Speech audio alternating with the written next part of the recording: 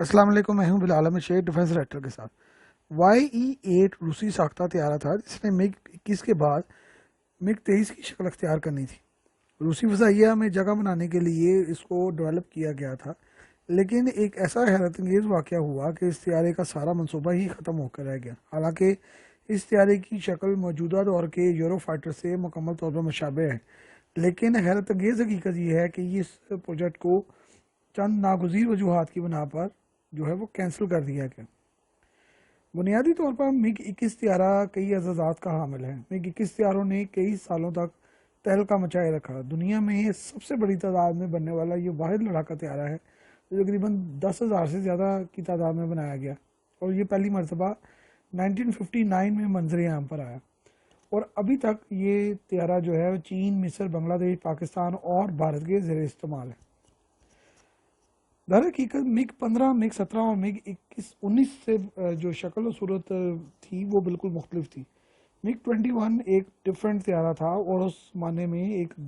Stylish اور smart طیارہ کہا جا سکتا ہے جو آیا اور مکمل طور پر چھا گیا۔ اسی لیے MiG-21 کو بھی یہ اعزاز حاصل ہے کہ اس کا جو ایئر فریم ہے وہ بنیاد بنا کر کئی طیارے بنائے گئے،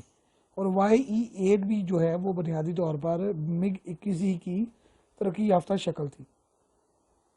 روس میں YE-8، چین میں J-7FS، J-7MF اور J-8 طیارے جو ہے وہ اسی MiG-21 کے طور پر جو کوئی بنیاد تھی اس کے اسٹرکچر کی اس پر بنائے گئے تھے۔ چین نے اپنے مستقبل کے طیاروں کو بھی سپر 7 جسے کہا جاتا ہے اس کو بھی جب ڈیولپ کرنے کا سوچا تو اس کی بنیاد بھی جو ہے وہ MiG-21 پر ہی رکھی گئی تھی۔ چند سال پہلے MiG-21 کو FTC 2000 میں تبدیل کر دیا گیا ہے، اور چین کی فضائیہ اس ہلکے لڑاکا بمبار طیارے کو ٹرینر کے طور پر استعمال کر رہی ہے، اور بڑا کامیاب ٹرینر جو ہے وہ ثابت ہوا ہے یہ طیارہ۔ 60 کی دہائی میں مسئلہ یہ تھا کہ زیادہ تر جو طیارے تھے ان کی جو انٹیک تھی وہ نوز سے ہوتی تھی، جو کہ طیارے کے انجن تک باری ٹیوبز کے ذریعے ہوا پہنچانے کا کام کرتے تھے، لیکن ان ٹیوبز کی وجہ سے طیاروں میں زیادہ فیول سٹور نہیں ہو سکتا تھا، رڈار کے لیے بہت جو ہے وہ کم سپیس بقایا بچتی تھی، اور سب سے بڑا جو مسئلہ یہ تھا کہ امریکہ اور یورپ نے جلد ہی نوز انٹیک کا رواج ختم کر دیا تھا اپنے طیاروں میں،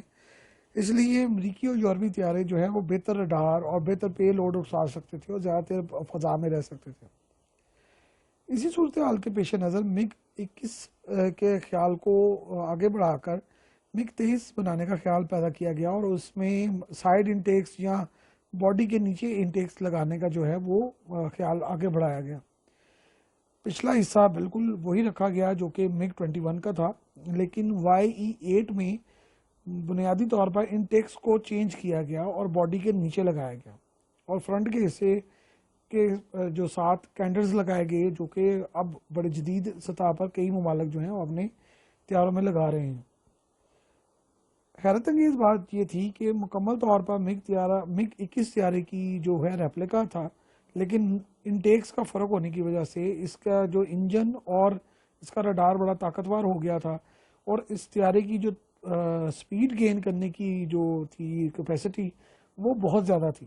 یعنی کہ یہ 1386 کلومیٹر فی گھنٹے کی رفتار سے پرواز کر سکتا تھا، اور بڑی تیزی سے جو ہے وہ موومنٹ بھی کر سکتا تھا۔ لیکن اس طیارے کی بدقسمتی یہ ہوئی کہ یہ دوران پرواز ہی ٹیسٹ کے دوران فضا میں پھٹ گیا، اور اس کے میں بیٹھے جو پائلٹ تھے وہ اس سے نکلتے نکلتے شدید جو ہے وہ چوٹوں کا شکار ہو گئے، اور تقریباً 7 سے 8 سال تک کوشش کی جاتی رہی کہ اس کے جو ڈیزائن میں کمی رہ گئی تھی اس کو حل کیا جا سکے، لیکن یہ پروجیکٹ جو ہے وہ کسی طور بھی ہاتھ پہ نہ آیا، اور اس کے جو ونڈ ٹنل کے جو ایکسپیریمنٹ تھے وہ سارے کے سارے ناکام ہو گئے۔ MiG-23 کا نیا جو ڈیزائن ہے وہ پہلے سے ہی تیار تھا، اور اسی کو پروو کر بہرحال MiG-23 طیارہ بنا لیا گیا، کیونکہ اس وقت سر جنگ میں بڑا پریشر تھا، اور جو رشین ایئر فورس تھی اس کو فوری طور پر جو ہے وہ نیا طیارہ جو ہے وہ چاہیے تھا، اس لیے اس جو ڈیزائن تھا YE-8 کا اس کو ریجیکٹ کر کے نیا طیارہ اپروو کر کے اس کی سیریز پروڈکشن بھی شروع کر دی گئی۔ لیکن بدقسمتی یہ تھی کہ MiG 23 کی جو ڈیزائننگ تھی وہ بھی کامیاب نہ ہو سکی. بہرحال بڑی تعداد میں بنایا, روس نے اپنے حلیفوں کو اس کو بڑی تعداد میں بیچا بھی, لیکن یہ ڈیزائن بھی زیادہ کامیاب نہ تھا, اور جلد ہی روسی فضائیہ کو MiG 27 جو ہے وہ طیارے بنوانے پڑے, اور یورپ اور چین جو ممالک تھے ان کے مقابلے پر لانے کے لیے ان کو یہ چیز جو ہے وہ تیار کرنا پڑی. امریکی اور یورپی جو ماہرین ہیں وہ چائنا پہ ہمیشہ الزام لگاتے آئے ہیں کہ چائنا جو ہے ان کے طیاروں کی کاپی کرتا ہے, لیکن اگر آپ ذرا غور سے دیکھیں جو تصاویر آگے چل رہی ہیں اس میں اگر آپ غور سے دیکھیں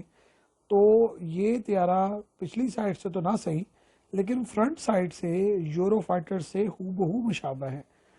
اور اسے کہا جا سکتا ہے کہ یہ یورو فائٹر کا